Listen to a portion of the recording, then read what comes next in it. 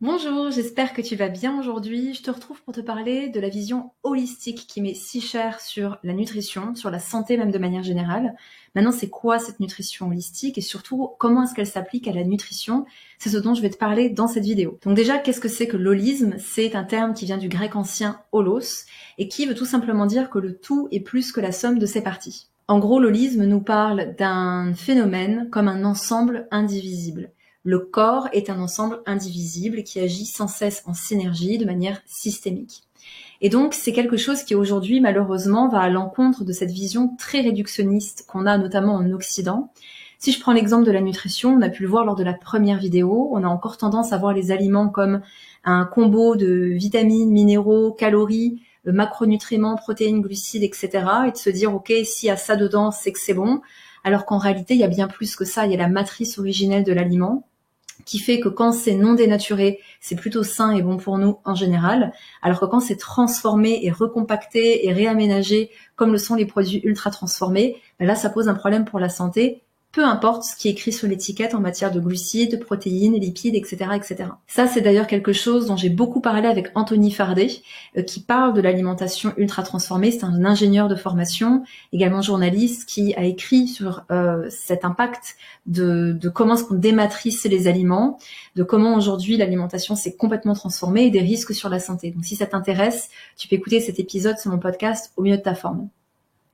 Maintenant, au niveau de la santé, on voit aussi aujourd'hui qu'on a encore tendance, même sur certaines pathologies très courantes ou certains symptômes courants, de soigner les choses là où ça se situe. Par exemple, j'ai de l'acné, je vais mettre de la crème, ou alors essayer de soigner la peau de l'intérieur. Je vais avoir une migraine, je vais prendre quelque chose pour la tête. J'ai un souci thyroïdien, on va prendre des hormones thyroïdiennes. J'ai par exemple de l'embonpoint où je suis en surpoids, je vais faire un régime hypocalorique. Alors, je caricature un tout petit peu, mais on en est quand même beaucoup autour de ça.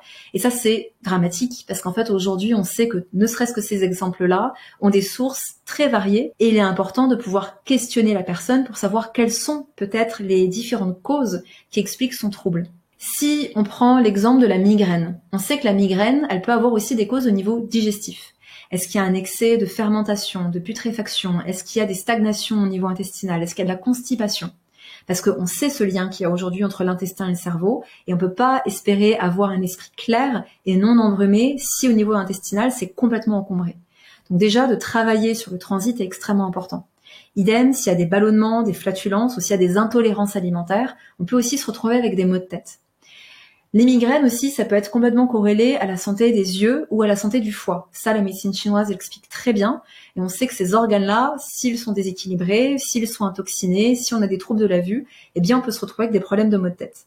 Idem, n'importe quel kinésithérapeute ou ostéo nous dira qu'il faut aller voir ce qui se passe au niveau de la colonne, particulièrement au niveau des cervicales, pour potentiellement soigner des migraines qui sont récurrentes et chroniques. Pour l'acné, c'est pareil. Bien sûr, on va faire attention à l'hygiène, à la routine au niveau de la peau, mais si la muqueuse intestinale est inflammée, si elle est perméable, encore une fois, s'il y a des intolérances alimentaires, des choses mal digérées, s'il y a un déséquilibre hormonal ou un problème au niveau du foie, parce que l'équilibre des hormones dépend grandement de la santé hépatique, eh bien on peut se retrouver aussi avec des problèmes de peau. Et là, c'est pour donner que quelques exemples.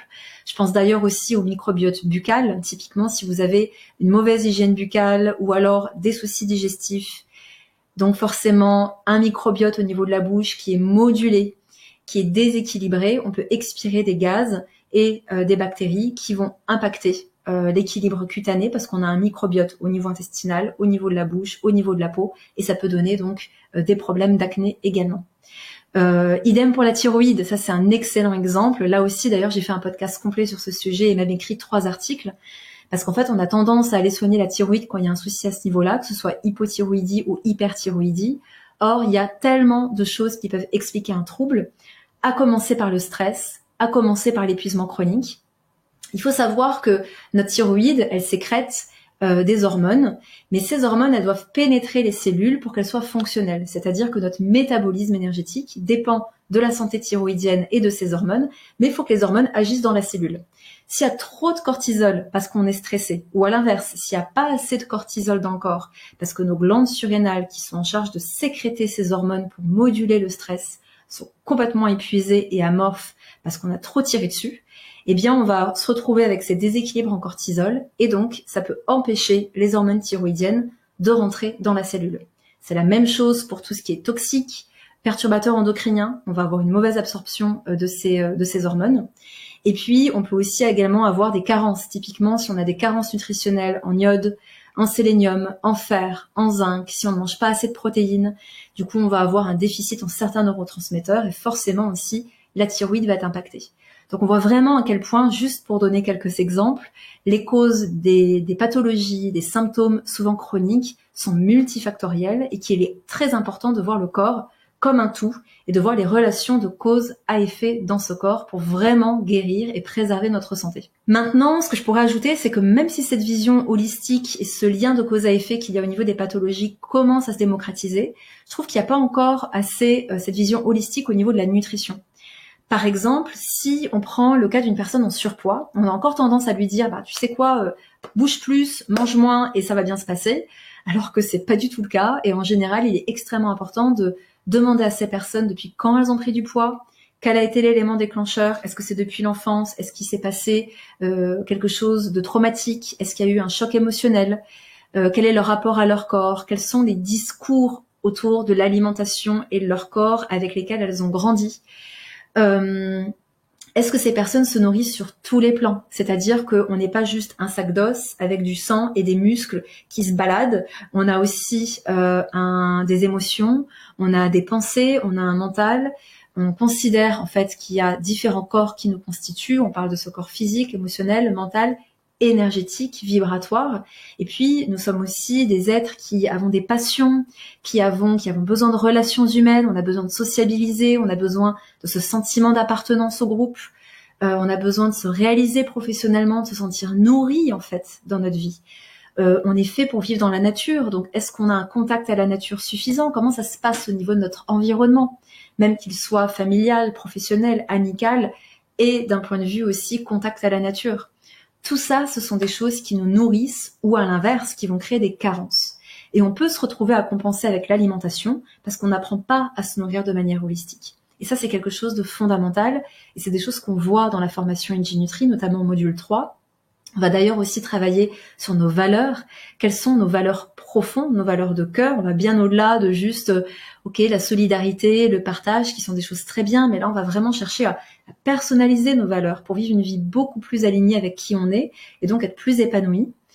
Et puis, dans cette vision holistique, il y a aussi cet aspect beaucoup plus, on va dire, scientifique, biochimique, qui est que selon les choix alimentaires qu'on a, on va impacter notre biochimie interne, on va avoir certains neurotransmetteurs qui vont être plus ou moins sécrétés, et ces neurotransmetteurs vont impacter notre humeur, nos niveaux d'énergie, notre envie à passer ou non à l'action, nos choix alimentaires également, et idem, si ces neurotransmetteurs pour différentes raisons sont déséquilibrés, eh bien ils vont impacter nos choix alimentaires et donc faire qu'on va consommer peut-être plus de sucre.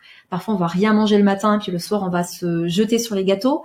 Et tout ça en fait c'est encore cette synergie entre nos choix alimentaires, l'équilibre qu'il y a entre les différents macronutriments, protéines, glucides, lipides. Quand est-ce qu'on va manger certains aliments dans la journée, parce que certains sont très bons à manger le matin et surtout pas le soir, parce que toute cette chaîne va être complètement pétée. Et donc là encore, on va avoir une relation de cause à effet entre ce que l'on mange, ce que l'on pense, ce que l'on ressent, et inversement, c'est encore une fois une synergie. Donc tout ça, c'est des choses qu'on voit en long, en large et en travers dans le module 3 de la formation Inji Nutri. Bien sûr, là j'en ai pas parlé, mais l'aspect écologique est extrêmement important aussi. C'est-à-dire que je me suis basée sur 4 rapports qui ont été publiés par des experts en écologie, en alimentation durable. Ce sont des rapports qui ont été publiés entre 2016 et 2020. Et ces rapports, en fait, nous permettent de comprendre l'impact de nos choix alimentaires sur le réchauffement climatique et ils sont considérables. Il y a quelques chiffres qui ont été mis dans le mail, mais il y en a encore bien plus à connaître. Et puis, il y a aussi un impact à connaître sur la santé de nos sols, qui est complètement en adéquation avec notre propre santé. Car comment est-ce qu'on pourrait avoir des sols complètement appauvris par l'agriculture industrielle et intensive et espérer avoir des aliments qui sont suffisamment diversifiés, suffisamment riches en vitamines, en minéraux et en micro-organismes qui vont nous permettre de faire le plein de ces micronutriments pour notre santé et le plein de micro-organismes pour notre microbiote intestinal qui est garant de notre santé. Aujourd'hui, on a énormément d'études encore qui nous montrent l'impact du microbiote intestinal sur les allergies, sur La santé psychique, on parle même de psychobiotique, c'est-à-dire comment ces biotiques, on parle vraiment de l'aspect bactérien, comment ce biote impacte notre santé cérébrale. On parle de syndrome entéro-psychologique. On sait aujourd'hui qu'un déséquilibre du microbiote peut entraîner la maladie de Parkinson, les maladies type Alzheimer ou dégénératives. Et bien sûr, il y a aussi tout cet impact sur la santé générale et notamment immunitaire. Donc, de vraiment voir ce lien de cause à effet, de voir notre alimentation, notre corps et notre planète comme des êtres holistiques qui sont tous intercorrélés, c'est extrêmement important et c'est ce que j'enseigne dans Iji Nutri. Donc si c'est quelque chose qui t'intéresse, je t'invite à rejoindre la formation parce que jusqu'à dimanche, tu auras 10% de réduction. Tu peux en profiter dès maintenant et j'aurai, j'espère, la joie de te retrouver parmi mes élèves pour qu'ensemble, on se réapproprie le pouvoir sur notre santé, qu'on devienne plus autonome et surtout qu'on transmette ces connaissances pour nos proches et les générations futures. Donc, j'espère à très vite et dans tous les cas, prends bien soin de toi.